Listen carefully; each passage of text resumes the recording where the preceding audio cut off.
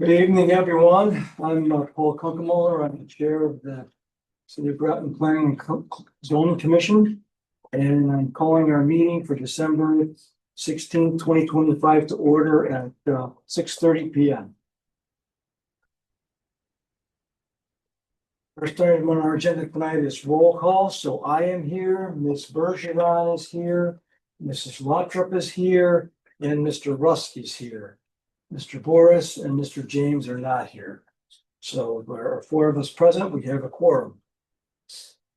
First item on our agenda is the approval of the planning and zoning meeting minutes from November 18th, 2025. Is there a motion? Motion to approve from Ms. Bergeron. Is there a second? I'll second. Any comments on the motion? Any changes? All right.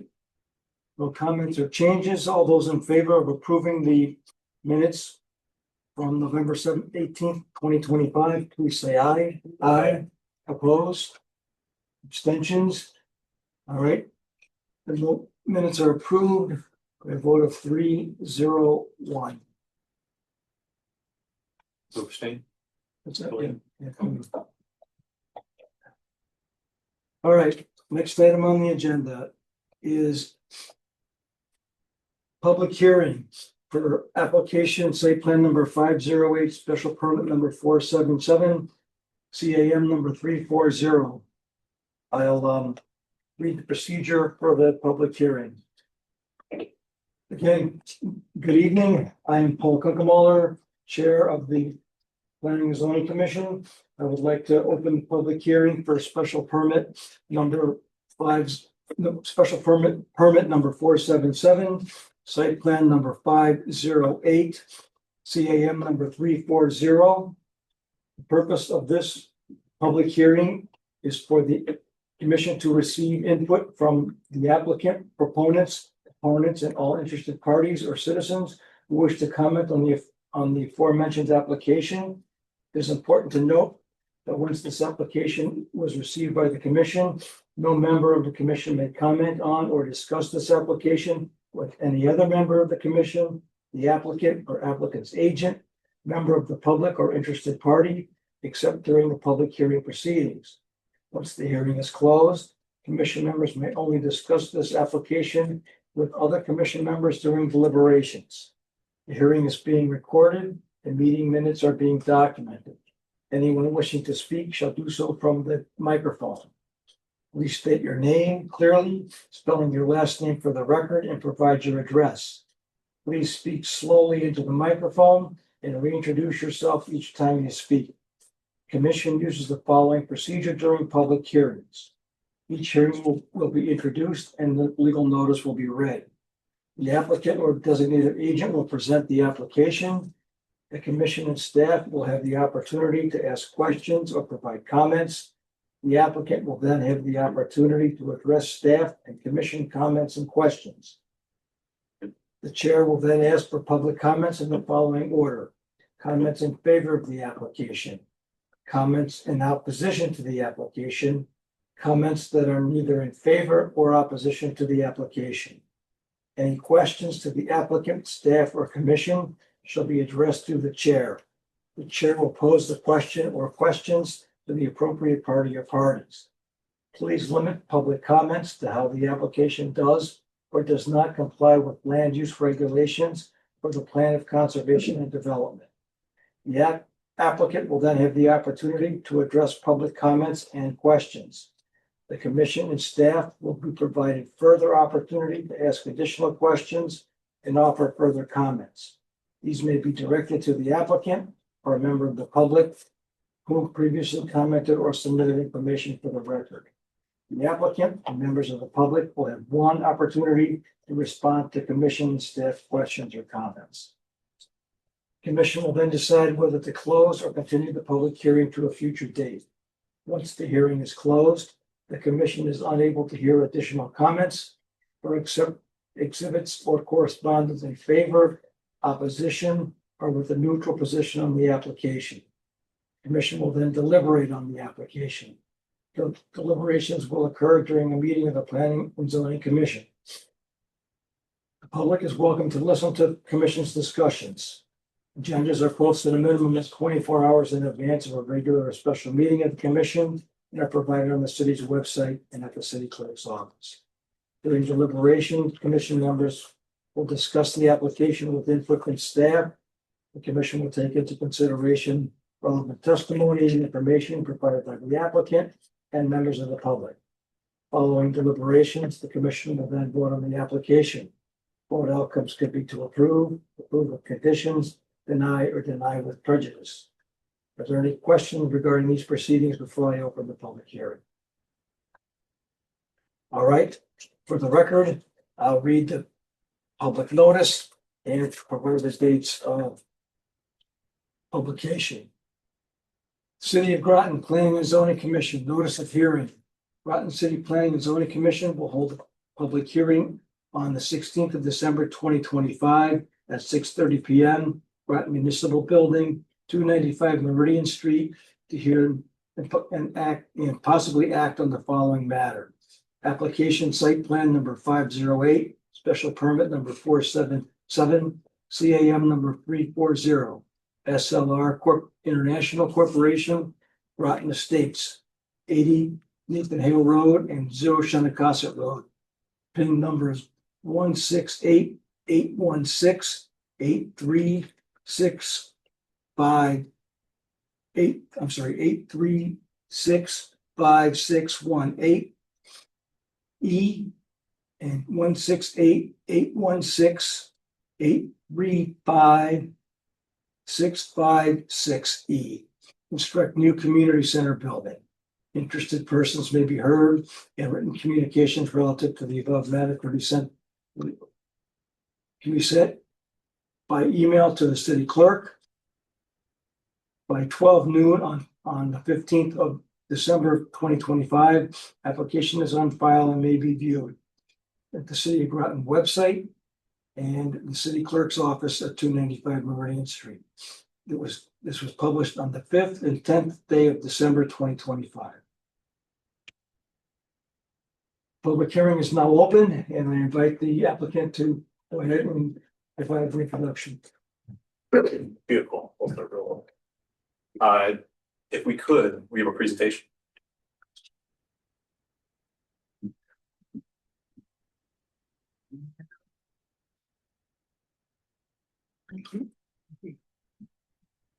I copy that. Oh, beautiful.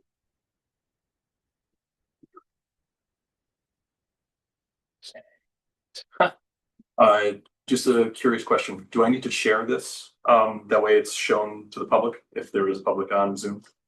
Yeah, we haven't let anybody in, but yes. Okay, so let's go back to this. Share. This guy. Beautiful. So just a bit of housekeeping, since this is public hearing. Oh, sorry, apologies. Rock Evans, senior civil engineer from SLR International Corporation out of 99 Realty Drive, Cheshire, Connecticut. Last name EMOND. Just a bit of housekeeping real quick. We are a public hearing, therefore we had to provide posted signage around the site. The site has 3 frontages, as you'll see, sort of 3 signs that were posted on December 5th. We have photographic evidence as well as an affidavit from the client. Additionally with that, we have provided right now the certificates of mailing, which were also sent out December 5th, which obviously is more than a week prior than regulations. So just putting that bit of housekeeping to rest, addressing that to town staff. And then we can get forward with the presentation.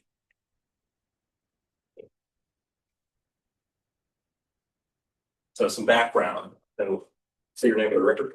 So, good evening. My name is Harrison Levy with Belfonte Companies. Also with us is Mark Franzman with Belfonte Companies and Dana Friedman, who's our counsel.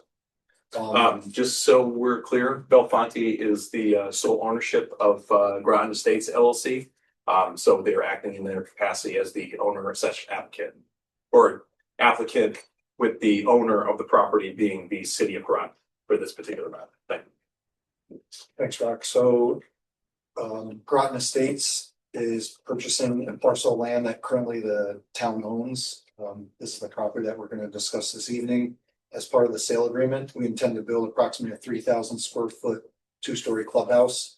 The first floor would serve as a space for our staff, for our leasing agents. There'll also be a club room for residents to rent and utilize. And the lower level would be a gym and a WeWork space for residents that work from home. Prior to submitting this evening, I thought it would be good to note that we've met with the town to get input prior to tonight. Hopefully tonight you guys don't have any questions or concerns.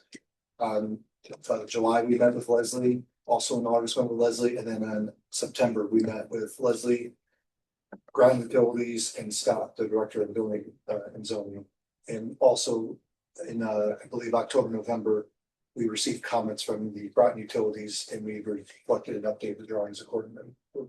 So I'll pass it back over to Rock for the presentation. Beautiful. Thank you for that background. So to give everybody some context, so Groton Estates is obviously just I guess directly adjacent to Shinnecock Road. We're specifically talking about this one particular parcel that is identified in this box of red. Honestly, it's a landlocked parcel owned and operated technically by the city of Groton. And we're looking to kind of integrate it into the site itself because one of which it just kind of just makes sense, and two, it serves a particular need. So to talk about the parcel itself, it's actually two parcels, which is 80 Nathan Hale Road, as well as 0 Shinnecock Road.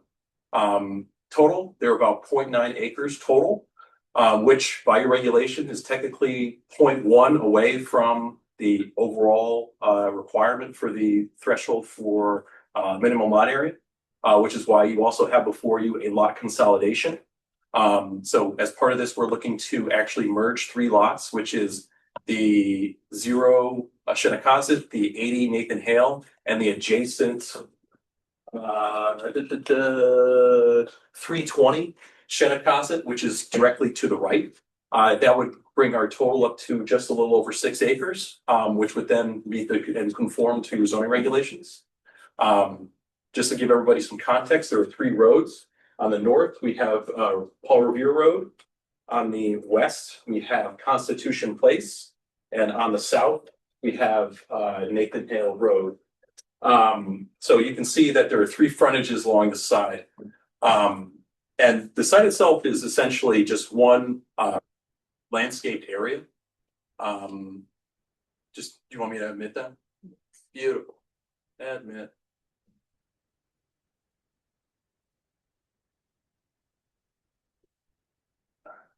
Give it a second. Beautiful. Welcome. So essentially the site is currently undeveloped. There is, I think, one outcropping of what seems to be the remnants of a concrete pad in the 0 Shinnecock parcel, but other than that, it's mostly just lawn and a couple trees. Those trees, as you'll see in the site presentation, we're looking to save those trees because they're pretty mature and actually, you know, makes a lot of sense to save them. Topographically, the site actually drains from the left to the right in the northeastern corner from the southwestern corner. So if you're going in that particular direction, left to right. Other than that, it's a pretty benign site. You know, it's really undeveloped and it's really just grass. And what we're trying to do here is, as Harrison articulated, we're trying to bring a community space or a clubhouse building to Groton Estates. And this is in concert with all their hard work with the city of Groton to kind of isolate this one particular parcel, or I guess not isolate, but to work tandemly and benefit both the community as well as the city at large. So Harrison articulated that there's about 3,200 or so square feet of total gross floor area. It's actually 2 floors. So the actual footprint is about 1,600 square feet, which in the grand scheme of things is about 4% of the total building coverage on this particular parcel. When the lots are consolidated, that would actually grow when you include the other buildings that are associated with all 3 lots. we would go from about 8% to 9%. The regulations have a max of 25%. So from a coverage standpoint, we're all good in the hood. We are looking to provide additional parking to make sure that we're going to be, utilizing the space accordingly. So we're providing 12 spaces with one ADA accessible space. So to meet the minimum requirements when we're providing parking spaces, that's directly adjacent to Constitution Place. And I wonder if I can cheat. Can I borrow this?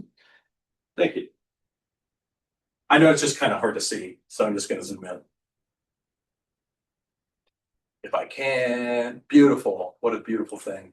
So what we're trying to do here with this particular parking is we're trying to create like a cohesive area. So we have a couple crosswalks that go to the neighboring property, another crosswalk and a new ramp that's going to be connected to a system of sidewalks to kind of bring more community and more walkability to this particular clubhouse. So idealized is we're going to get that foot traffic and we're going to get that sort of integration into this particular space. Additionally with that, one of the things I want you guys to really understand is this is 2 stories, but as you're looking at it, and I can provide you a graphic, the first floor is actually on Constitution Place and the second floor is actually sunken in as you go from left to right in the particular parcel. So that building is actually keyed into the site. So as you're looking at Constitution Place, and we'll show you a graphic of how the architecture is going to go, you're actually looking at a single 1-story building as you're there. But as you're on Nathan Hale or Paul Revere, looking towards the building, you'll actually see a 2-story as it's keyed into the site. So 2 of the challenges that we're dealing with there is making sure that both residents as well as staff can access places equal opportunity everything. So we're providing the ADA space. Well, you have to provide ADA accessibility to both floors. So you have main ADA ingress egress on the first floor, which is baseline Constitution Place, as well as we're providing a ADA accessible ramp with handrails on the southern side that you can kind of see just looping over here. That way, if somebody were to park in this ADA accessible space, they can make it to the lower level and be unobstructed. That honestly is probably one of the biggest things about this particular application. On the main floor is also a deck. So as you're on Constitution Place, you're looking at the main building directly to the north. At that same level is going to be a deck that can be used for some sort of recreational space or community space for the residents of the Groton Estates. And then as you go to the lower level, you have either a set of stairs that's directly adjacent, or you can take the ramp all the way down. As you're on the lower level, we have a couple benches that are going to be located there and a very flat recreational space. This is a sort of flex space. It can be used, as they need for any particular reason. And then because we're also modifying a grass condition, you can see that on the eastern side, we have a detention basin. So obviously with any sort of change and increase in pervious, we have to, as engineers in the state, meet all sorts of different requirements and codes. Particularly, we are mitigating the peak rates of runoff and water quality requirements through the use of the detention basin. This is going to be a dry detention basin because we're providing an under drain that will allow for it to drain out into the surrounding drainage system that's along Groton Estates that eventually discharges to the east. But the idealized world is we're going to be retaining all that stormwater runoff from the change in generation here, provide it in that particular basin, and then that would provide both peak flow attenuation and water quality. We're also providing, I know it's a technical term sometimes, but a hydrodynamic separator for the technically roof runoff is considered clean water. So we're not sending that to the hydrodynamic separator, but along the north of where the new parking is, because you have those particulates getting dropped off by cars and such. We want to make sure that that's going to be polished and clean before it gets to the detention basin, because if you really think about how this is going to be operating, you have a recreational space directly adjacent to a detention basin. We want to make sure that there's not going to be any sort of mosquitoes or not any sort of like algae that's going to be growing in this particular area. So we want to make sure that those particulates are taken out early before they discharge into the detention basin. And then everyone's all just, enjoying their steaks or their hot dogs or whatever's going to happen. Additionally with this, like I was saying, we're preserving the existing trees that are located on the what would be the western side. That's going to be in this particular island here and along this particular island to the south. And that honestly, those two trees are in very good condition. And I'd love to see them stay. Just to create a little bit of cohesion, we're adding a tree on the north side to give you kind of that sensibility. But again, want to make sure that this particular spot is as open as possible, maintain that sort of feel with the original, I guess, undeveloped condition, and give everybody the equal opportunity to make sure that they can utilize the space in however they really see fit. Honestly, I could see soccer being played here a lot, personally, but I also like soccer. So essentially, that's the site in a nutshell. We are obviously, as part of our charge, we are basing everything off the 2024 Water Quality Manual, the City of Groton stormwater requirements, as well as the 2024 Soil Erosion Sedimentation Guidelines to make sure that we're not going to be impacting the neighboring buildings. So there's a robust sediment erosion control plan as part of the package, which in the grand scheme of things is making sure that there's no soil erodibility or steep slopes that are going to be providing any sort of sedimentation downstream. So we have particulars that are located on the sediment erosion control plan, such as silt fence, silt sacks that are going to be in the catch basins, erosion control blankets on steep slopes, that sort of thing, that sort of nature. Particularly because I want to touch on this real quick. There is a grade change, obviously, between Constitution Place and you go towards the lower recreational area. So the permanent condition on the north side is easy. We can make sure that that's going to be very good, stable turf. On the south side, because we have that ramp that's going back and forth, we're actually going to be putting different varieties of stone along that area to, one, stabilize the slope, and two, to kind of break up the material as you're walking from one end to the other. So it provides both a functional standpoint as well as a aesthetic standpoint as you're going from one end to the other. And then just finally, we are providing some lighting. So there's a couple site lights to make sure that the parking spaces are adequately lit. There's a photometric plan that was associated with our application that shows that we're, incidentally, we have 3 roads, so it's not like we're going to be doing any sort of light trespass over a property line on the neighboring property because it's interior.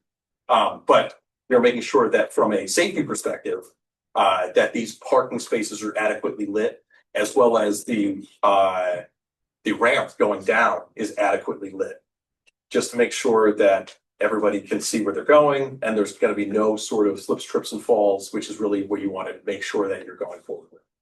Going to kick it over to Harrison to talk about the building. Thank you, Rock. So if we're not familiar with the property already, we're trying to take a new building and blend it in with the old. So this is the front elevation. So to the left is going to be our leasing office, the main entrance, and then all the way to the left is where the deck is. We're having brick on the lower level to match the brick. All the buildings are fully brick. And we're transferring to a siding.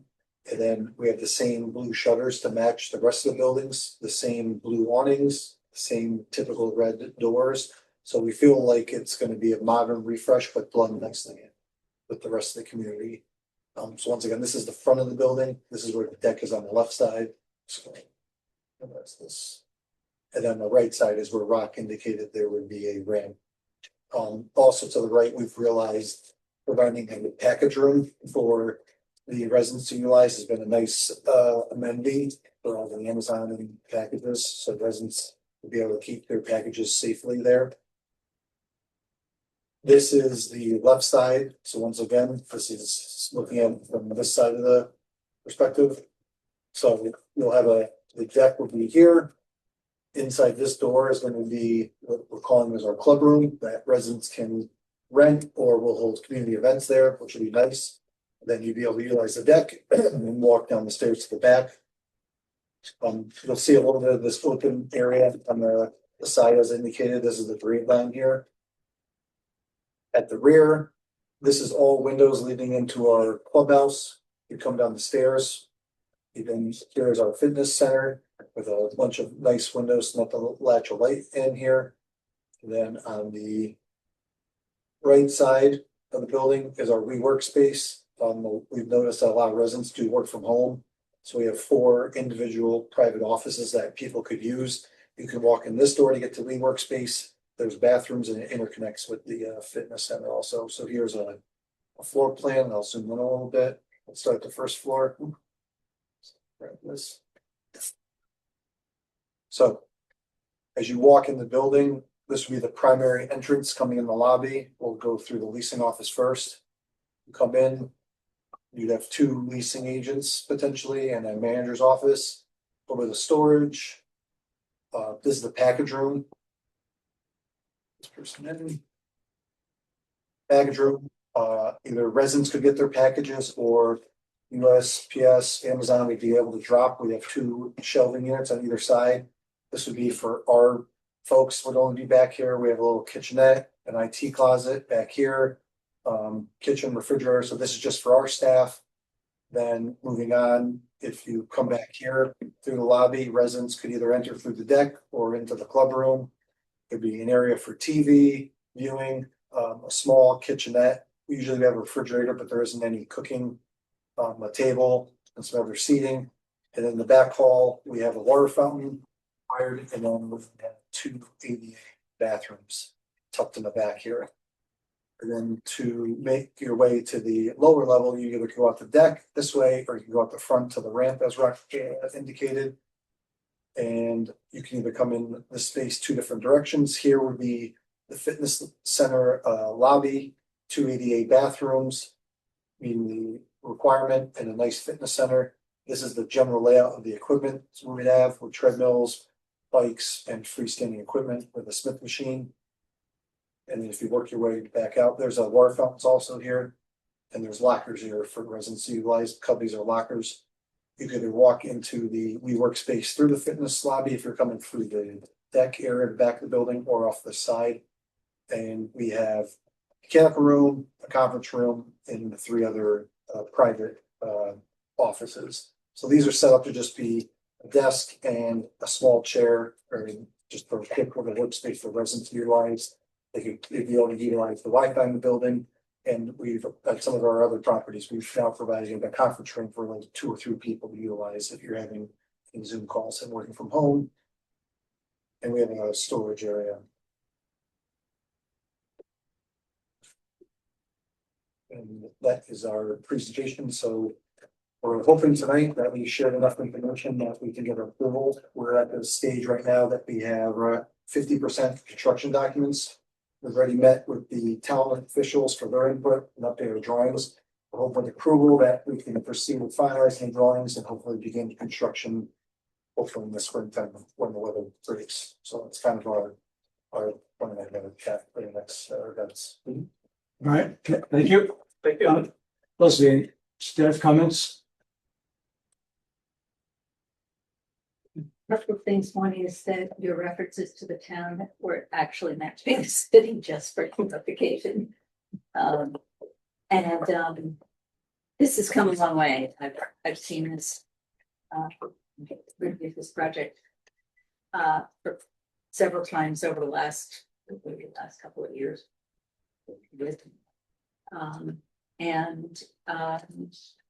The comments that staff had, both Scott Regan, the building official, and I had, and others that were discussed with in terms of water management, NGU have, the important things have been dealt with. Nothing that was important to us in terms of nothing that was critical or in a violation of any regulations or best practices was ever included anyway. Yeah, it's waiting to see if you put the stairs back. No, no. So I can comment on that. So all the comments that we've had from the town, we've considered and adjusted. So one comment, I think, was from the building official, was not required by code, but a best practice. So there's been with the stair off the rear of the building, you want to be a certain distance from windows. So instead of saying, hey, we meet code, we made an adjustment because it made sense from a safety standpoint. So I think just wanted to note that there was we didn't have a lot of comments, but the comments I think we did receive, we adjusted our plan to best suit what's good for us and what the city recommended or requested. Commissioner, questions or comments? Anyone? I was just wondering why the ADA sidewalk was third. Is that because of the slope? Yes, so there's a full story between where the parking is and the recreational area. So in order for you to meet ADA requirements, you have to meet essentially 8.33% all the way down with a landing every 30 feet. So it's really to make sure that we can get someone from that accessible parking space down to that lower level. And there's no slope that would. if No, someone it- was in a You'd wheelchair. be flying down there. Like a 10-foot No, I difference mean, in. the Yeah, way- The the yeah. way way probably looks a little, when you look at the drawing, I zoomed in a little bit, we've done this at other projects. Hmm. What we're trying to do, well, one, we wanted to keep the parking in the front, so when you're looking at the back of the building, which sometimes you see a parking lot, so we were trying to keep it open space. Yep. So we moved all the parking in the front, and then the ramp, it does swerve back and forth, but it's gradual to meet ADA requirements, and by putting plantings and the rock garden at, we looked at it as kind of like a. It might actually work out as more kind of a walking path, Yeah. honestly. the- You know, Bench at the end of each. so there actually, incidentally, so there would be one at the bottom of the ramp, and there is actually one at the top of the ramp. And so that one in between, which is the only difference, but you're probably already on your way somewhere to get. So I think that you can have both benches either way. And we did, one item that Leslie requested, we did include bike racks in front of the Yeah. building, and we did provide the benches in front. So that was some comments that we received. So the point was you would enjoy the walk to get where you're going, and then the lower level is majority is a fitness center. So there might be somebody who is ADA that wants to utilize it, but there is the private office space that they may not want to utilize. So we wanted to make sure we provided access to them. So. Yeah. That's a good idea. Thank you, thank you. I think it looks, we've done a lot of, we have several projects that have these ramps. We actually have one, a project that was at today that leads. We have one that has steps getting into an apartment building, and one has a ramp like this, and if you do it right with the landscaping, it's kind of ends up, can be a feature versus why do you have this? It's sort of, a lot of times we don't like to have a straight shot because it doesn't look architecturally right. Yeah. You want to have a little curved. And So- that's what I was thinking is with the curves, the two bottom curves, if there was a bench there, you've got, if you're gonna have landscaping done, be a great place to just sit out in the sun and. You would have, like, right, we do have one right down at the bottom Yeah. here. The one thing you have to have a continuous to meet ADA requirements, you have to have a handrail continuous until it has. So right at the bottom, we do have the bench right here, Okay. so Very nice. no problem.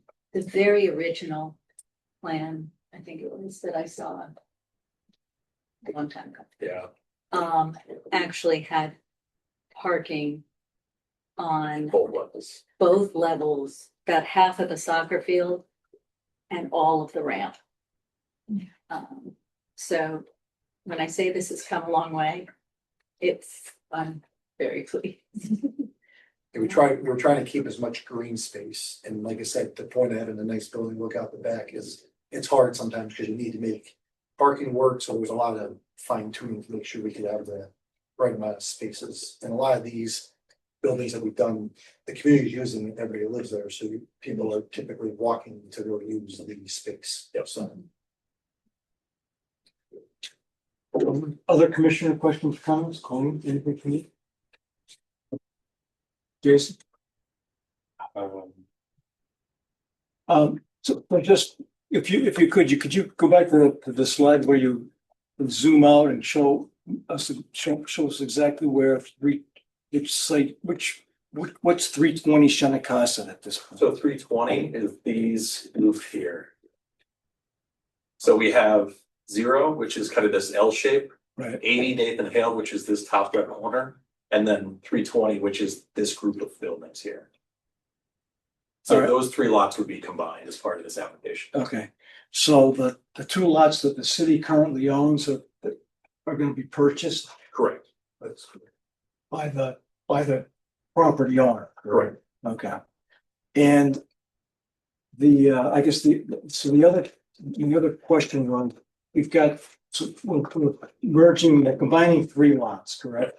And there was a Form D for the lot combination filed with the city. Yeah. And the 2 of the PIN numbers of those 3 properties are incorrect. Those were updated in the last iteration. Leslie and I worked on that because there's an extra 8 in each, and we rectified that. Okay, so there's an updated document that's been filed with the correct PIN numbers. Correct. Correct? Yep. All right. Unless, Leslie, the parking from your perspective is adequate? Yeah. Okay, There's no residential in there, so there's no. Required. It's. Well, Yeah, it's- if people can there's a- buy, and it's also, the distances are really quite walkable within the community. Yep. And we're hoping that along with the fitness center, that, some of those things will encourage people to walk. The requirement for electric vehicle charging. Technically, it falls under the threshold because it's less than 25 spaces. Any trash containers can be some dumpster containers. No. We're just gonna utilize our same dumpster. So everything would be contained within the building and then using the same refuge company we currently utilize now. what about, was it the landscape plan? The landscape plan is basically a tree and grass. Okay, And Yeah, there's also, so in the stones. the stones is also infilled with particular shrubs.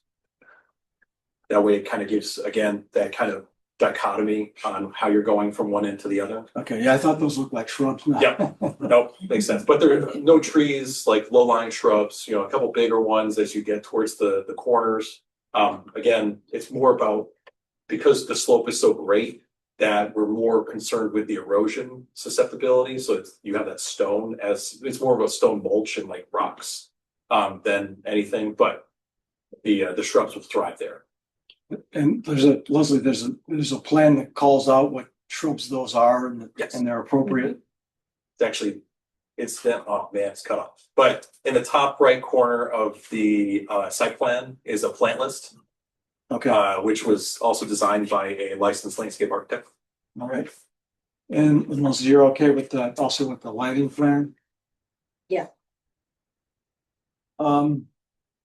Intended hours of operation? Current clubhouse? We haven't finalized that, but currently our leasing offices are typically open from 8 or 9 to 5 p.m. We haven't decided for the fitness center. Sometimes residents like to depend on their schedule, want to go to the gym before work or after work. But our clubhouse is usually rented between usually it's for afternoon. Sometimes there's some late evening parties, but it wouldn't be outside of it. If I don't know that, we haven't established that at this point in time, but that's roughly, typically our other sites, the gyms are 24/7, but we kind of curtail that based on usage. Sometimes we close them a little later because people don't be at the gym at 12 o'clock at night, but based on the location, we do have people at work factors. And if they're on the menu, you want to be able to put their investments to utilize the menu. And the one thing to note is these buildings would be key fob operated, so the residents they would be unlocked for non-resident. So there'd be Okay, cameras and surveillance, so the concern of people not utilizing that would be in our control. okay, so there's key fob access then to That's the facility itself. I noticed that the GU, there were GU comments on water and sewer. How about electric? Was there any, did they have any comments on this? So they did have some, the only comment I think that is technically outstanding that we'll handle during the building permit process is the final load computation. I'm sorry, the final Load computation. computation. It's more of a general comment. Yeah, because obviously as we're going through planning and zoning, they don't necessarily know exactly what equipment will be inside the building yet because the MEP hasn't performed their work yet. But that'll happen during the building permit process. So that'll be worked out with GU. Yep. And let's see, the impervious pervious coverage percentage was, that was acceptable.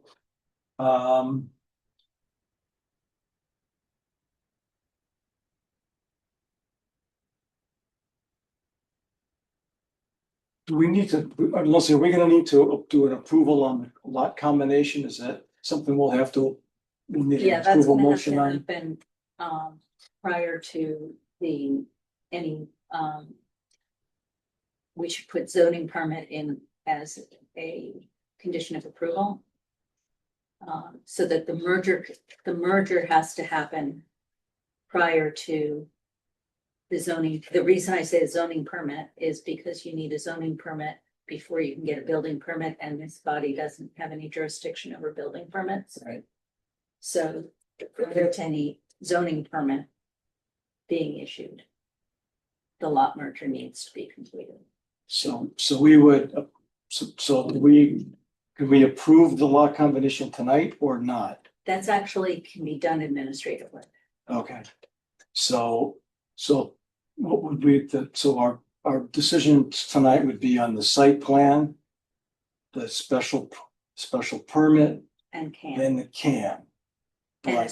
As if you approve the application, the obvious assumption is then that you also are, as a body without a vote, the need for a vote, that you are also approving the lot merger. Okay, so the If you lot didn't combination. approve the lot merger, the only way you would be able to fight a lot merger would be to not approve, or the only way you'd be able to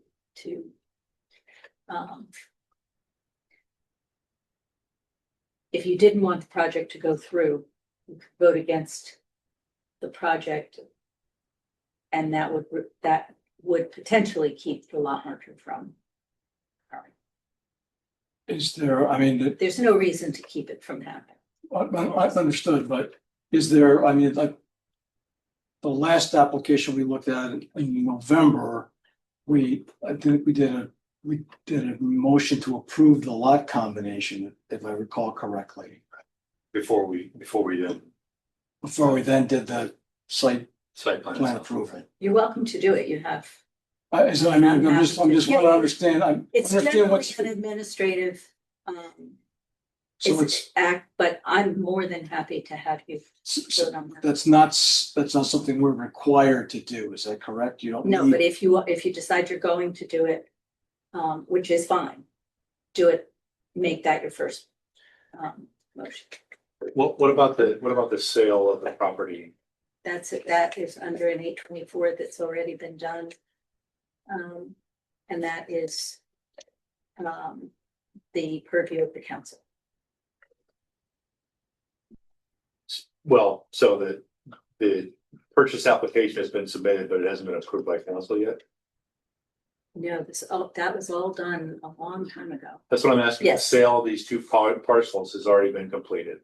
No, the sale has not been completed. That's what my question is. So our merger of these two parcels with the Belafonte owned 320 Shinnecosta You're right. is contingent upon approval of the sale of the property from the city to the Belafonte company. Correct. So we start with.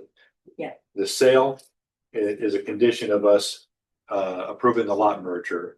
The lot merger, which merges those parcels with privately owned property, is the step before us approving the site plan. Correct. Okay, so it's three phases. All right, so. Do we need to make that a specific condition of the approval of the site plan? I would, because when somebody So, comes back in 5 years and says what happened, Okay, so we should make the, so if we were to approve this, we would make it we would make the approval of the site plan conditioned on the sale of the property and then merger of the lots, the conditions of the site plan approval. Is that correct? I was thinking the other way around, that we would vote on approving the lot merger contingent on the sale going through. And then we could approve the site plan, contingent on the merger happening, with the merger's pre-existing condition being the sale. Does that make sense? I can articulate those motions if you like. I'm just, Okay. I know what I'm thinking. Yes. Seem logical to folks. All right.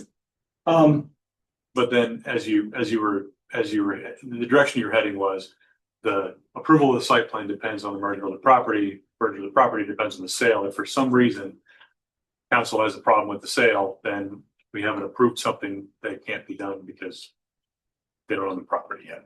Right, because as long as they make this, the sale of the property condition, then we're all. Right. That's the first domino. All right. Any other commissioner questions or comments or staff? The depth of the stormwater basin, the regrading of the green space there. Yep. The plan has a looks like a big metal grate. Yes. So is there something below the ground to catch? Yes, so I didn't there's see that part. it's essentially called an outlet control structure. Yeah. So it's essentially a big concrete structure that's located right at the end that has a grate on it. Yep. When the water gets to a certain elevation, it'll spill over into it and then go into the neighboring drainage system. So there's also an under drain that's below, that's about 2 feet below grade in a stone strip that also allows for water to kind of percolate through and then discharge that way as well. Okay, because the depth that you're carving out is a couple feet below Yep. the existing grade. Correct. And then the stone structure, you're gonna have to accrue a couple feet of standing water before it'll spill over. Yep. Or wait for that water to leach. To dissipate through the other drain. Correct. The goal is hopefully dissipate, so we're. Yeah, so there's no real standing water. Because really, so based on the water quality manual, you're only technically supposed to design for about 48 hours of retention storage. Yeah. But to be honest, we're getting more and more intense storms. Don't take this as gospel, but it is happening. So you kind of want to predict what's happening. So we're starting to do a little bit more belt and suspenders when it comes to how these things are draining. Sure. So that's honestly how we're kind of going with that methodology. All right, so there's not gonna, so is there gonna be standing water in that? Not over 48 hours. But is there any concern about safety when there's standing water in there? Is there any? No. I mean, what would preclude anybody from getting hurt? What would prevent We, a child from getting hurt? we discussed this before, Leslie brought it up. How I can speak to it, retention ponds are very common at most locations, and if you drive around the town, there's usually none of them have fencing on it. We did talk about it, but it takes away from the look. Because if you put a split rail, so it stops people, it would just get through it. So then you put any chain link fence around it. And I think at the depth that it is in the existing water that we have now, we don't anticipate having water issues at all. Yeah, so it's only about 3 feet.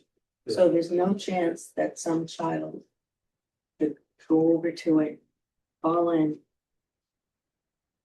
If we have a community with residents that we would be taking care of that, if it's if there's enough standing water there, we would be addressing it internally. We would need, if you guys want to add that as a condition of approval, that if there's so much standing water, we don't have an issue with that. We currently don't have that. It was brought up at our initial meetings that, and we just did a similar project in Cromwell, that we don't have that issue. Same retention ponds, but And what we could do is, so let's just say that you want some sort of barrier. We could put a row of shrubs along the north slope, along the recreational space, as opposed to a fence. That would essentially keep everybody as a barrier away from it.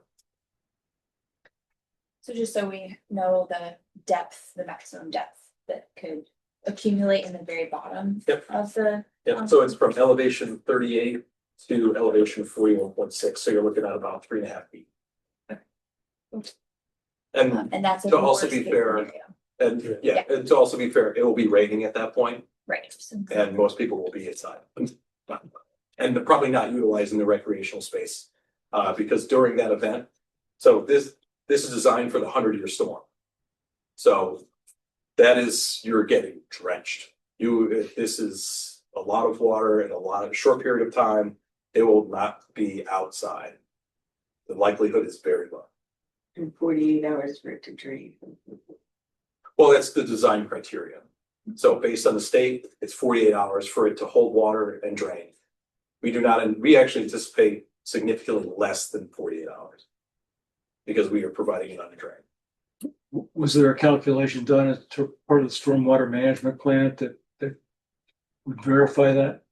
I believe it's in the drainage report. And what does it say? I do not know offhand, but I do know that it is less than 24 hours. Okay, so Yeah, it's a big volume to fill. There's currently no water issues there now. It'd be different, if you were clearing a lot and all the trees here, we'd have a different perspective from our standpoint. but it just, I mean, right now, the water just runs off, correct? Yeah, we're now actually doing a better job with that. We're actually managing the water that runs off because we're cutting a small. In my opinion, you're cutting a small building in, so you still have a lot of surface area that you're still letting the water freely drain, or we're actually controlling the water better than we were.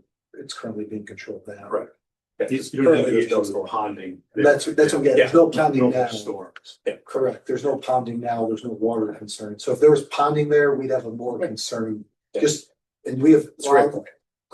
we have no issues with putting a conditional approval that we're gonna plant some sort of shrubs from that, or after approval, we can review if there is standing water. I don't know how you guys, as the commission, would like to do that. We have kids. I have 2 young kids. We want to make sure we're doing things right. We've met with Leslie's team several times, so. And typically what I've seen on projects like this, where there is a concern about that, as a condition of approval, it would be working with town staff or city staff. After a year of occupancy to see, like, do a check-in. Yeah, I think that's fine. The addition of shrubs is a double-edged sword. On the one hand, it can keep people out or dissuade them from going in. On the other hand, if someone does go in, particularly a child, you can't see them. And so it's, like I said, it's a double-edged sword. Hearing that there's no ponding now. Yeah. Gives me a win. So Leslie, what would be your recommendation in terms of how to I think a handle this? 1-year look back, with staff would probably, and then if there are any, changes that need to be made that exceed the, sort of the purview of a minor amendment, it would come back to the commission. If it's small enough, it's something that staff could sign off on. So it Do can you think that should be a condition of approval? If you choose to have a condition of approval, that's the one I would suggest that you have. And we've kind of talked through this in my mind. I don't know that the risk we're talking about is strong enough to make it a condition of approval. I'm not opposed to it. We're okay with it. I agree with you. A lot of times, we've gone to a lot of meetings that sometimes we're confident in a good way that we want to make sure we're doing things right. So we don't think you need it, but if that's what you guys feel comfortable doing, we're okay with it also. Sure. I feel comfortable with the design as it is. This is a location that has steep slopes existing, so anyone with kids is going to be aware of that probably. And then in the event that it is filled with water, it'd be the storm situation. So, and the 48 hours is from the 3 feet of water to 0. So 3 feet is the maximum that it would be at the, at the 0 time mark. It should be going down after that, so I feel comfortable with. I find it highly unlikely that in any given 48 hours in the city of Groton, that you will fill that 3 foot deep basin with water. It would have to be a considerable storm. But it doesn't take 3 feet for a child to drown. No, indeed, and I think it's a little high and right maybe, but probably fair, and there's no objection from the owner, so imposing that condition for a 1 year look back just for due diligence to make sure that we're not complicit in them setting themselves up for a risk condition. I think that's reasonable, not too burdensome on anybody. One other thing that I think brings some comfort to the setup is that it is surrounded by housing with windows all looking on it, which is actually one of the lovelier aspects of the site in terms of its making it safer, and having that sort of intermittent observation. So I think that there are other sort of built-in safety mechanisms, but yeah, I don't honestly, I've done the 1 year look back meetings, and usually it's nothing, and usually it's just a quick check-in, and it I don't have any opposition to it at all, and I just think for comfort's sake, I like to do put it in the 1 year look back meeting. I think that makes sense from my perspective. Just to make sure, everything's working the way it's designed. What prompts the look back, and probably more significantly, what would prompt a city official to make the observation during a heavy, say, spring rain? Because that's, by a year from now, we're looking at snow, Well, so it would be a year after your certificate of completion. Okay. So that way Reset the it's clock. utilizing the space. So that's how I would suggest it. Sorry. I It'd don't be a year speak from the certificate of occupancy. Occupancy. Yeah. Okay. Yes. All right. So I guess you should say within a year of, because you're gonna see if there's standing water or not. So it's not right at, well, you're making a good point. We finish in September and you do another meeting, September, October, going into the winter time, then sure. So within 1 year, a separate meeting should be. yeah, it should be a year from the certificate of occupancy. The other thing is, the city is very cognizant of the fact that we have a lot of flooding in certain areas, and they do inspect with every major rainfall. So, And is this one of those areas? I don't know, but we can certainly. I mean, Let the mayor it's adjacent to, I'm sorry. It's adjacent to Birch Plain Creek, correct? Which is significantly downslope. Yes, and to also be fair, we're not in a floodplain at this point. So we're not inundated by the tides. But you're in a can area. So, Correct, yes, we're in what's considered the upland of the camp. okay. Just as Paul said, for safety's sake, I would like to see it in there. I don't think it needs to be a year after a certificate of occupancy, because who knows, that could be a dry spell. So to have it say something like within 1 year after the certificate of occupancy, so whoever's gonna be doing the drive-by would probably go by after a 3-day rainstorm. They may go by 3 or 4 or 10 times within that year. But you want it to be after it's operational, because Exactly, but I because don't then want, you will have your landscaping in Correct, and all of everything will your. be stabilized. I just don't want it to erosion say a year after the certificate, so that if the certificate is issued on August tenth, you have to go back on August tenth, which is probably gonna be dry. So Okay. that's why any time within a year. Yes. We don't want to say, Ken, Yeah, you know, whatever the condition is on that. On that, you know, on the date, it's 1 year from the CO. Yeah. and they haven't had. We're rain ready to in 2 indicate weeks. that it's. Right. Yeah.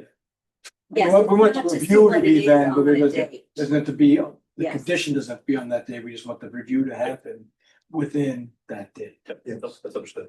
Okay. All right. Is there anyone in attendance who would like to speak in favor of the application?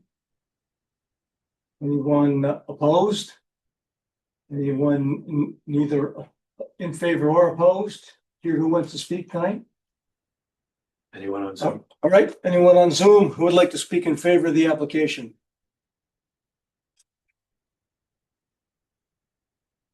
Anyone on Zoom who would like to speak in opposition to the application? Anyone on the Zoom call who would like to speak that is neither in favor nor or opposed to the application?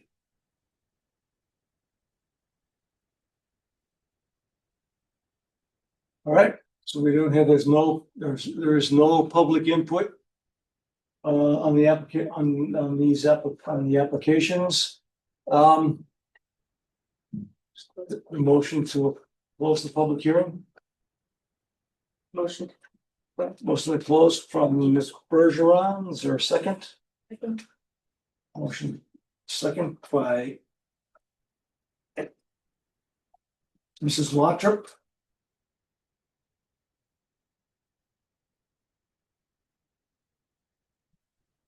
All right, any further discussion on the motion to close the public hearing? All right, all those in favor say aye. Aye. Opposed? Abstentions? Okay, the motion to close is approved. 4-0-0. All right. Deliberations. So, I think we've had a pretty good discussion on the application. And it sounds like, I think there's agreement that we would be in favor of approving it. Is there a motion to do so we can get that on the table for discussion? Motion to approve the application with conditions, correct? I move that we approve the lot merger of 80 Nathan Hale, 0 Shinnecocket, and 320 Shinnecocket, pending the sale of 80 Nathan Hale and 0 Shinnecocket from the city of Groton. Right. Motion by Mr. Rusk. Second by Ms. Bergeron. All right, discussion. Just one comment on that, the motion, there's certain paperwork that has to be submitted for the lot merger. Show the individual lots and then lot of the thing, and has to get filed on the land records. We can work with the applicant on all of that. But just to be clear that it's presented here, but not in a finalized form, whatever it has to be for its recording. Okay, so but the wording on the motion is acceptable. Yeah. In terms of that. Okay. All right, any further discussion on that motion? All right, all those in favor of approving that motion, please say aye. Aye. Opposed? Abstentions? All right, the motion is approved. 4-0-0. All right. And I we've move that got, we approve site plan number 508, special permit 477, CAM 340. Pending a lot merger. And with the condition that there's a 1-year review of the drainage plan for the property after occupancy.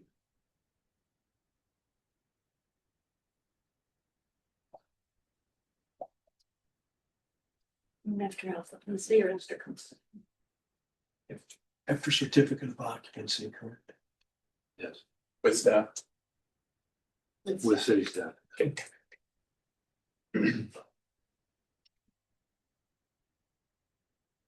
Can you say that again? Please? The motion. Move that we approve the site plan number 508, special permit 477, CAM 340, pending a lot merger. And with the condition that there's a 1-year review of the drainage plan with city staff. That 1-year review is 1-year review after occupancy. Can we change from a 1-year review to review within 1 year? So that opens it up to any time during that 1 year. As opposed I to, move that we approve the site plan, pending a lot merger. With a review of the drainage plan with 1 year, within 1 year of occupancy with city staff. That does mean they can come in the day after and ask for a review. Yeah, I think that when we say. Also, could you rephrase it to be pending the lot merger? I think I did said- say that the first two times I iterated the motion. Pending lot merger, in my, yeah. Okay, so Within a year is, anytime within a year. could be, yeah, Well, if you get 3 days of rain right after the sale or the certificate of it occupancy. doesn't mean that we won't be out there looking. Exactly. So wait, can we define review? Because what we're saying right now is we're gonna have a review with city staff, with the owners of the. That's talking about the meeting of the two parties. That's not defining necessarily what day they go out and look at the drainage. I'm thinking about that, right? what you're saying is true.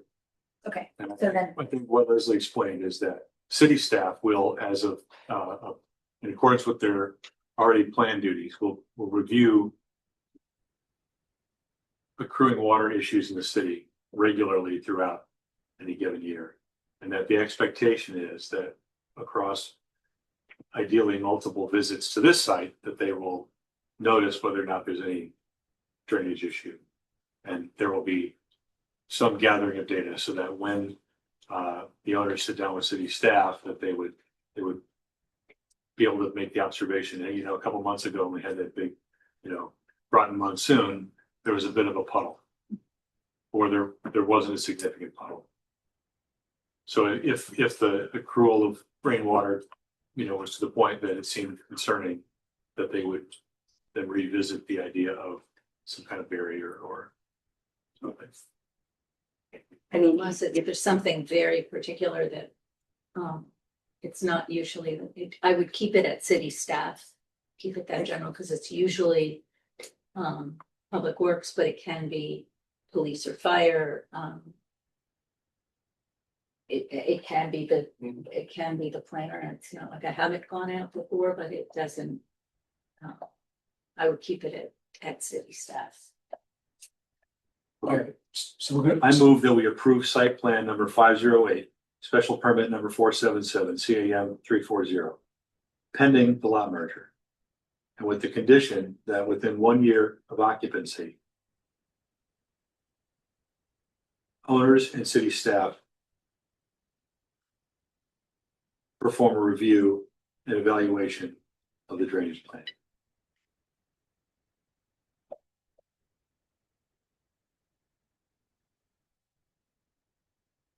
All right. Is there a second? Second. Second, motion by Mr. Russ, a second by Mrs. Lottrop. Any further discussion? We're happy with the wording now on the, Do you want anything about hours of operation? well, it sounded like we know what the hours of the lot, the leasing office is gonna be open during normal business hours. And where the club room and the fitness center were to be determined.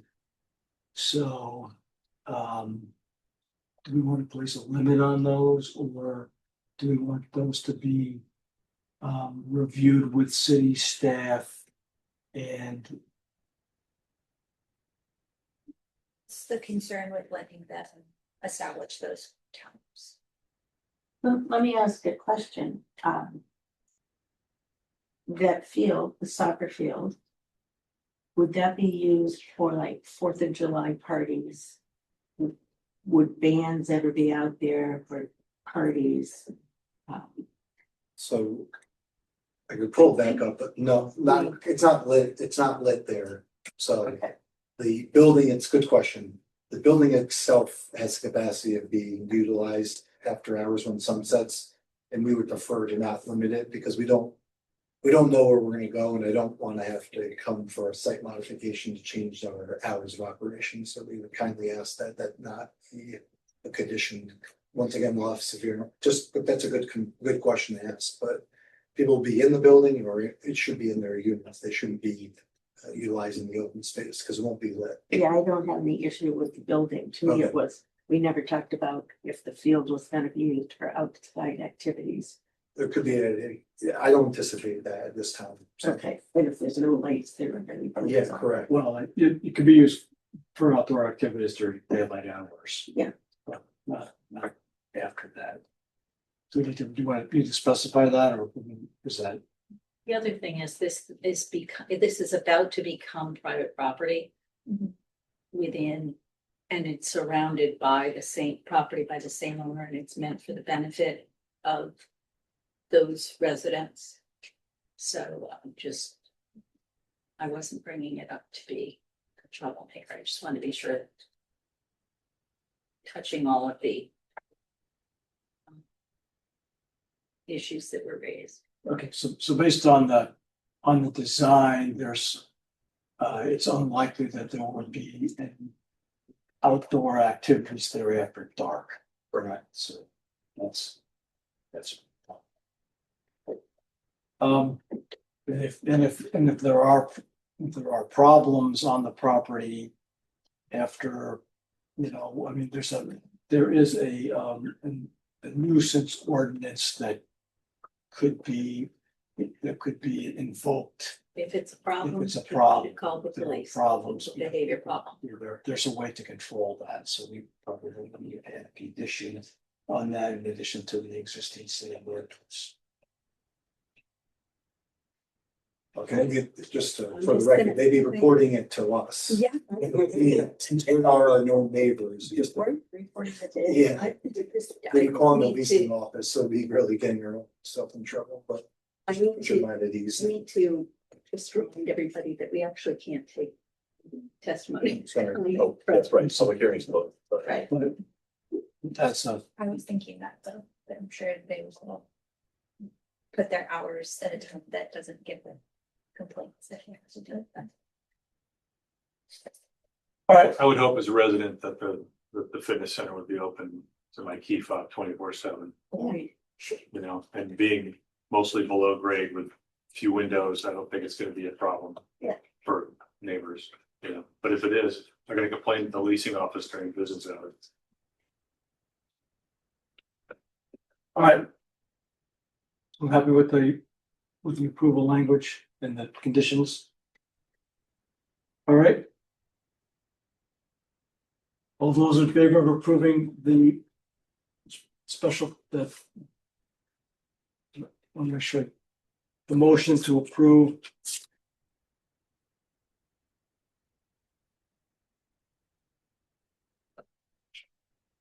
My cheat sheet. If the.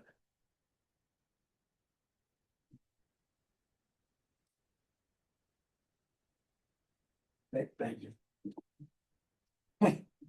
Site plan number 508, special permit number 477, cam number 340. So we do three separate approvals. Hold on. What? You have three applications. We have to do 3 different motions. Three motions. We've just iterated this motion at least 3 times, and this is, now we're gonna break it up. This can't be all voted on at once.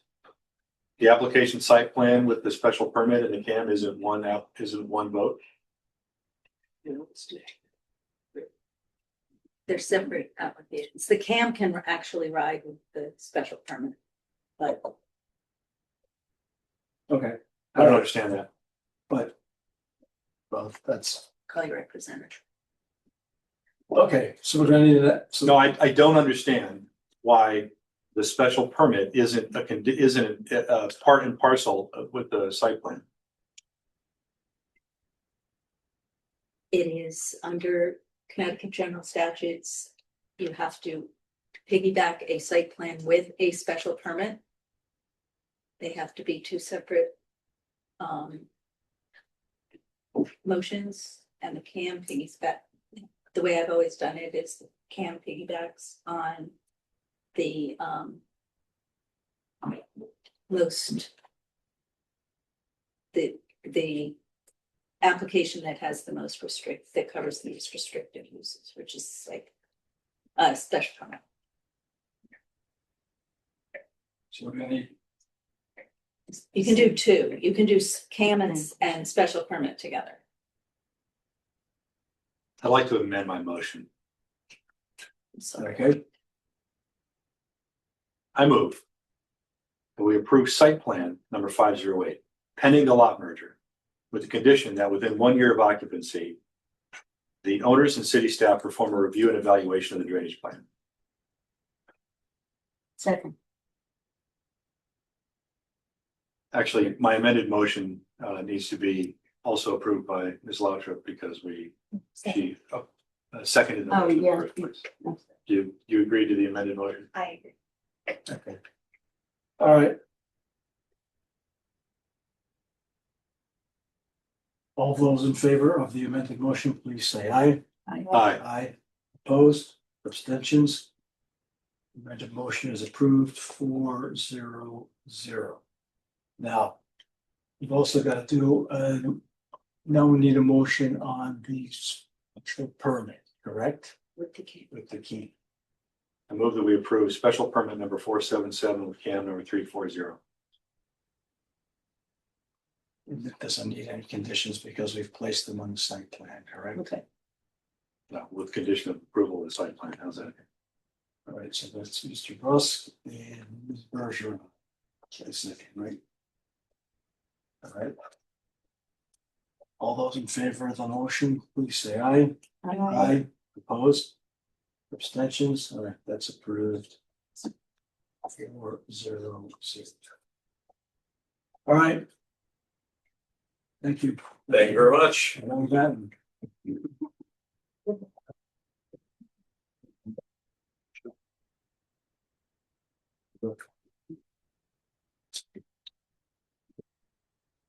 Appreciate it. Thank you very much.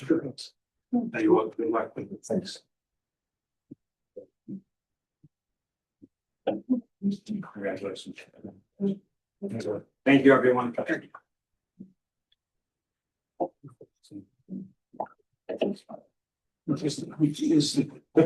My mayonnaise box. Actually, no, I love my mayonnaise box.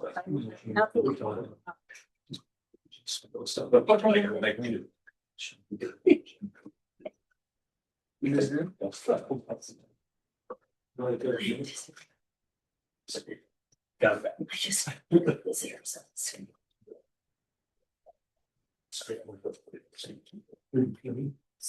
Of course.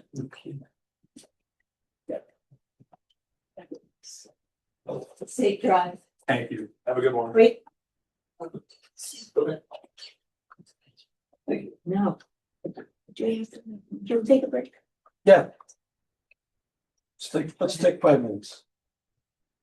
All right, now. Returning for 5 minutes, we're at 7:49. So 7:49. No, you take back. 7:50. Back into session at 7:53. Okay, next item on our agenda is a CGS 824 referral. So Leslie, what's happening here? Yeah, there are two of them. These referrals to the council. One is for land acquisition.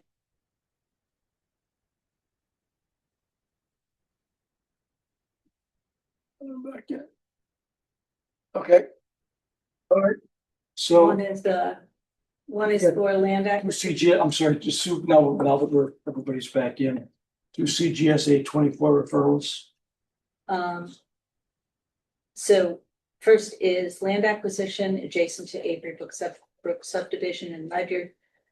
Started Wharf Road, Route 214 in Ledyard, and this is for it's for the purpose of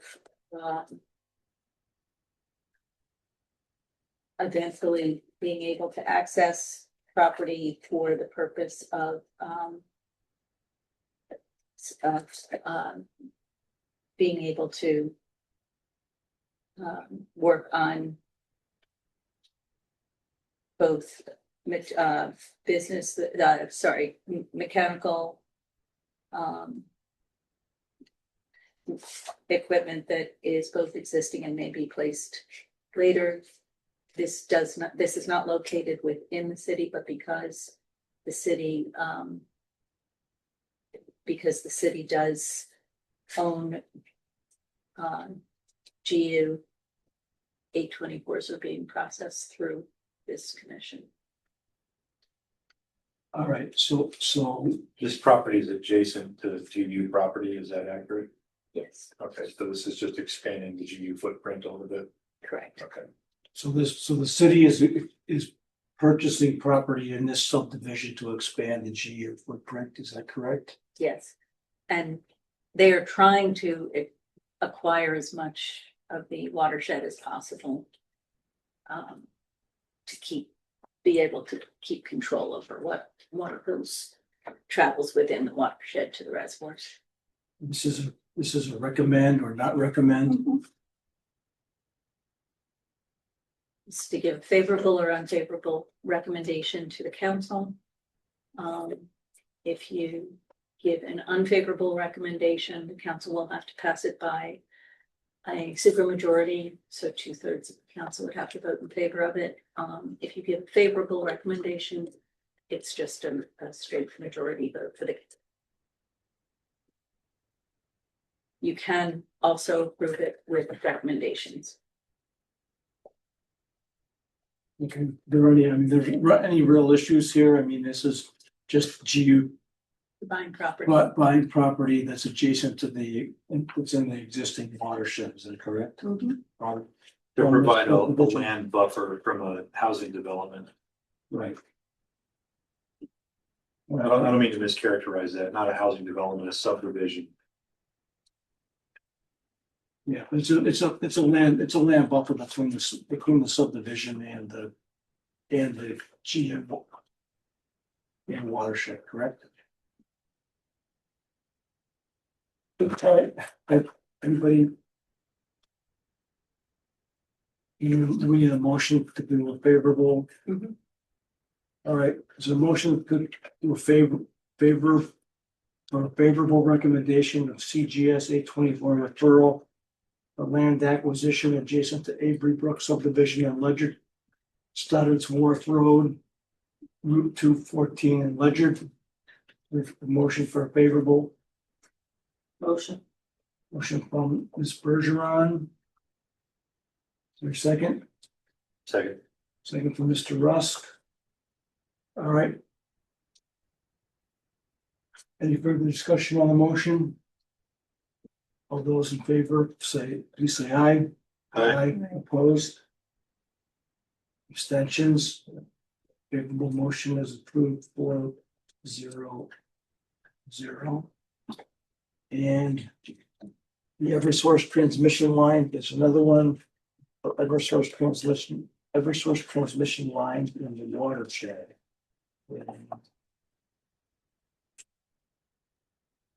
The request for a permanent easement for the transmission line.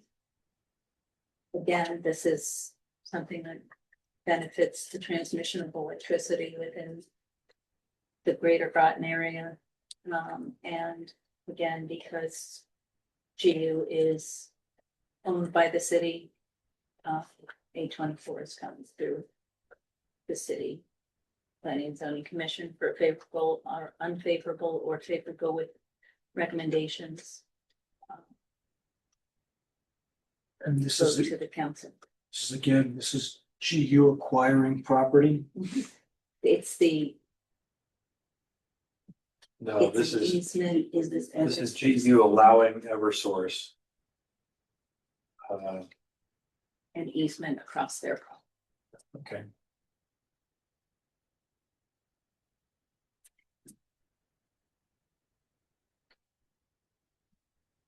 So it's an Eversource transmission line easement. The GU watershed, correct? It's, I would just say that it's across GU property.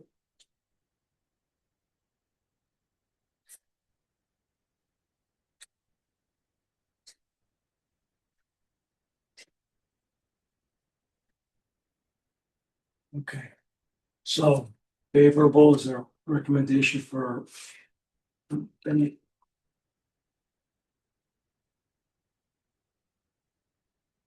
They make a recommendation. That's a big. Right, favorable recommendation for Eversource transmission line easement across the GU property. A motion, favorable motion from Ms. Bergeron. Is there a second? Second. Second from Mrs. Lottrop. Any further discussion on the motion? Yeah, just, I would like just another minute to Okay, review.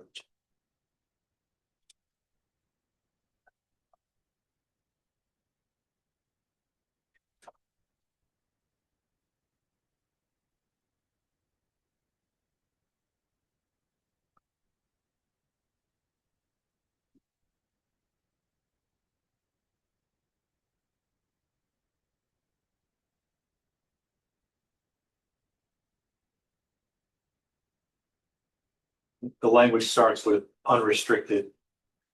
Easement and then proceeds to provide a number of reasonable restrictions. So I just wanted to make sure that unrestricted wasn't completely unrestricted. But from what I'm getting, it's an easement they've been using on a temporary basis. Now they just want it to be permanent.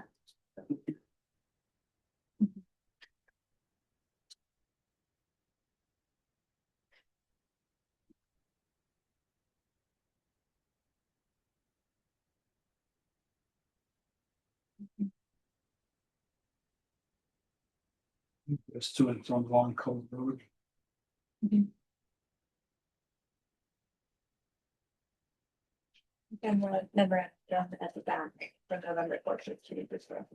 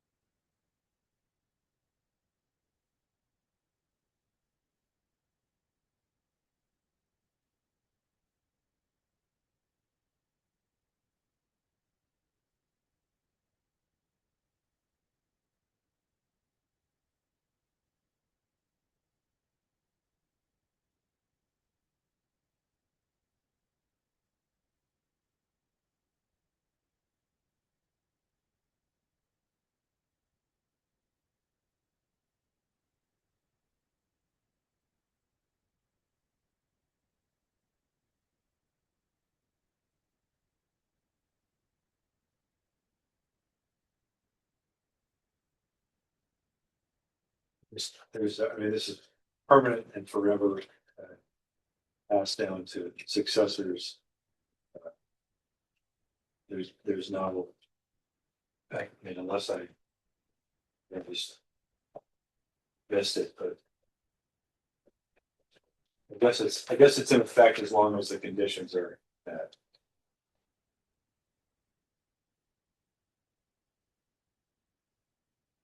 And the conditions that they would restrict it.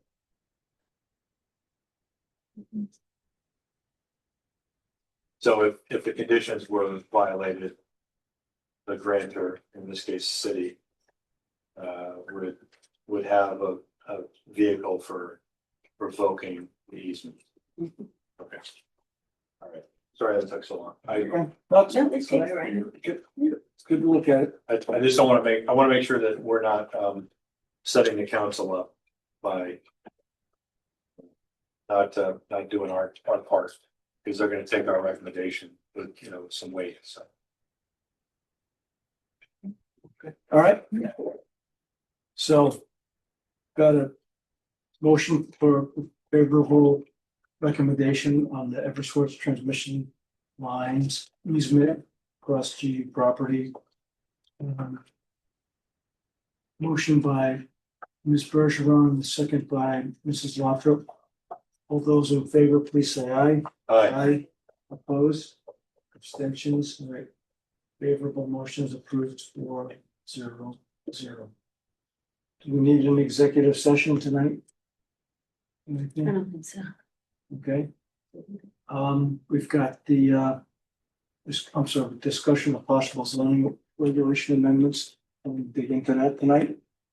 We discussed at our last meeting, I think, that Hopefully in January. that we were going to possibly have a special Set a special meeting. in January. Yeah, I will come for that. And I will be here for the January meeting. And our attorney, Ryan Leclerc, will also be here for the January meeting because he will also be attending some of the meetings after that.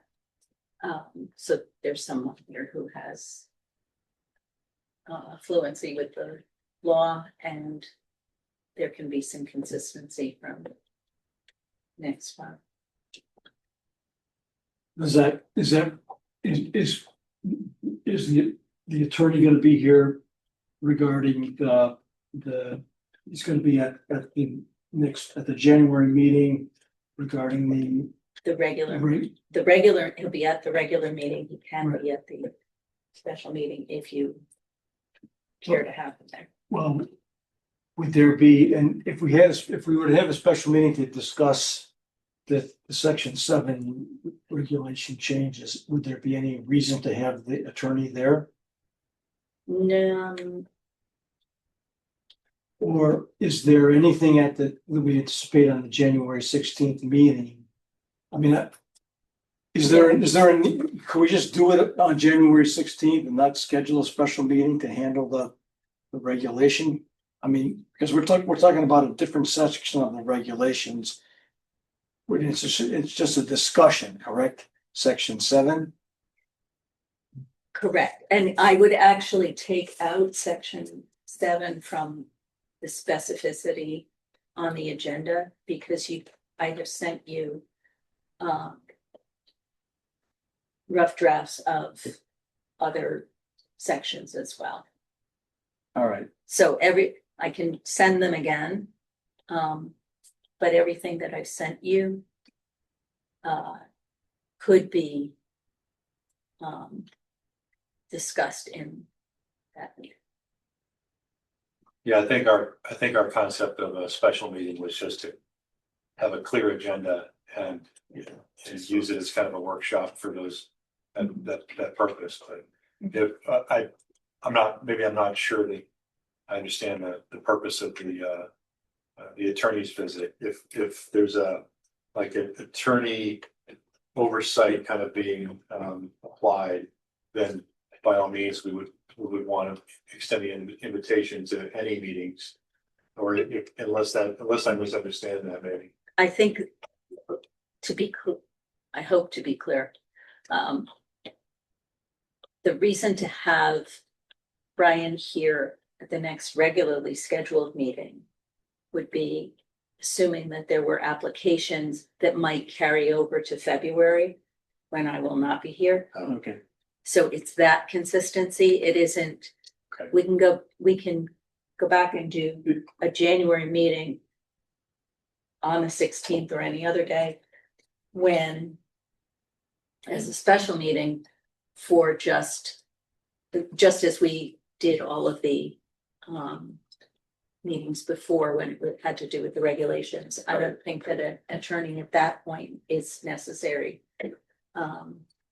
Yeah, we- Certainly for the preliminary discussions. So if there's nothing else on the agenda next month, other than us going through that section, we wouldn't need the attorney there. Well, again, the only reason to have the attorney at January or future meetings would be as if we had open public hearings or ongoing applications. Yeah. I don't think we had anything. I am not aware of anything that we have for the next meeting. It is possible that something could come in. But even so, a special meeting to discuss regulation changes wouldn't bear on any open No. application. So Right. if that's the purpose of the attorney continuity, then we wouldn't need them. For either one. Right. I mean, And we They'll would still be know up. that day, we would know that days. Right. But, well, I mean, we haven't accepted any applications at this meeting, right? right. So the most we could be, the only one application activity we would have to do at the next meeting would be an accept, Right. correct? So, which is automatic. And we'd have all the minutes of this meeting, any automatic accepts, and then the discussion of the regulations. Right. And that, I don't necessarily see a need to schedule a special meeting to do that. Correct? I mean, that's my feeling, is that you just have up, and next month's meeting is gonna be on the 21st because we've got the Monday holiday. So I say we just do it have our next meeting on the 21st. We Yep. plan to look at all the regulations that we have, that Leslie, that you've been working on updating with us, that haven't been discussed. And then that's what we plan to do at that meeting, unless we'll have the minutes and any other things that come up. If there's any applications to be accepted, to be heard in February. But they would only be, at this point, you have nothing, you haven't accepted anything, so. And we could decide at the January 21st meeting if our deliberations warrant another session at We one, need to talk further, but by that time, then we can schedule a special meeting and notice it and all those things. Yeah. okay, let's do that. Let's just meet on the 21st and go from there. So at this point, we won't need an attorney here. Pass that on. Okay. All right, we don't need an executive session, so is there a motion to adjourn? So moved. Mr. Ross, second. Second. Second from Mrs. Wontrop. All those in favor say aye. Aye. Aye. Opposed? Abstentions? Okay, so 400, we're adjourned at 8:12.